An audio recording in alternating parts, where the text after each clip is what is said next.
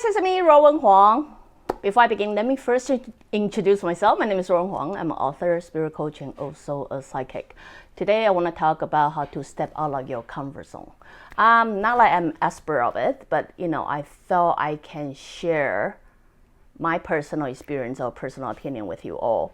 Where this question come about is because a couple days ago I went out with my friend, and then she happened to ask me, so how do you step out of your comfort zone? We all know comfort zone is such a wonderful place to be. It's not easy for us to step out of it, and I didn't say it's you, like including me, myself. But if many of you follow my vlog so far, you must know this particular years has been a challenge for me in so many different ways, because I notice that now I look back, or even now at this moment, I'm continuously pushing myself out of my comfort zone. To many people around me, they couldn't comprehend that. They couldn't see that is out of my comfort zone. Probably because the way I carry myself make them believe I'm very confident or something. But in reality is, yes, everything I do this years, I am pushing myself out of the area like I'm not comfortable with, right?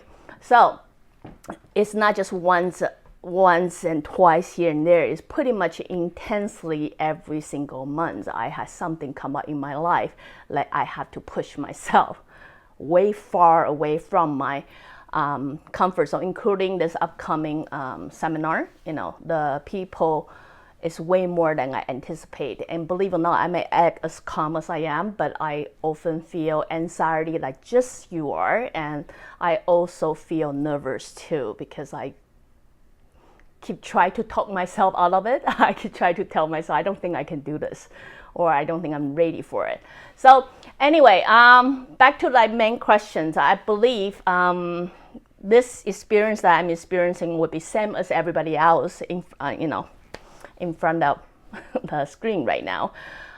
It's very often we get confronting to certain things. It could be our passion, it could be our dream, it could be something that we really want happen, but we are so afraid to make it happen. Very often we're stuck in a logic that we tell ourselves, no, it's not gonna go anywhere, why bother? No, you cannot perform that well. Whatever that question, that like problem that is for you, or the task it is for you, it's usually the key reason why we choose to stay in the comfort zone, because we're too afraid to deal with failure. We're too afraid to deal with mistake or judgment or whatever test like you talk yourself out of doing things. So me, in the other hand, as the same as many of you, I am afraid of a lot of things, but I just, what you call it, fake it until you make it or something. When it confronting with the out of comfort zone stuff, I can experiencing just a physical fear like many of you experience. At this time, what pushed me to step out of comfort zone and do that, this is a couple of things that I think you guys can try to practice and see if that works for you. So instead of sitting at home and continue telling yourself that you will fail, or people will judge you and you're not going to perform well, what I usually do is I will take a couple deep breaths. And believe it or not, I do this every day. It's ridiculous. Sometimes I would try to hide myself and then try to do this and convince myself every day. Is you take a couple deep breaths. What you want to do is you want to bring yourself to a very neutral status of mind.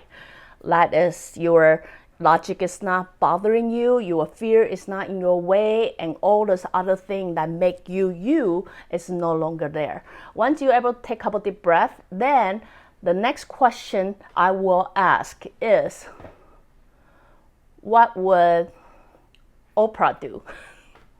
I'm pretty sure many of you will have someone that you admire, or someone you adore, someone you look up to. Like particularly someone could be your I don't know, could be some famous people out there, and could be someone that could be your dad, your mom, or your good friends, or someone you happen to follow on the internet. I'm not quite sure whatever that is.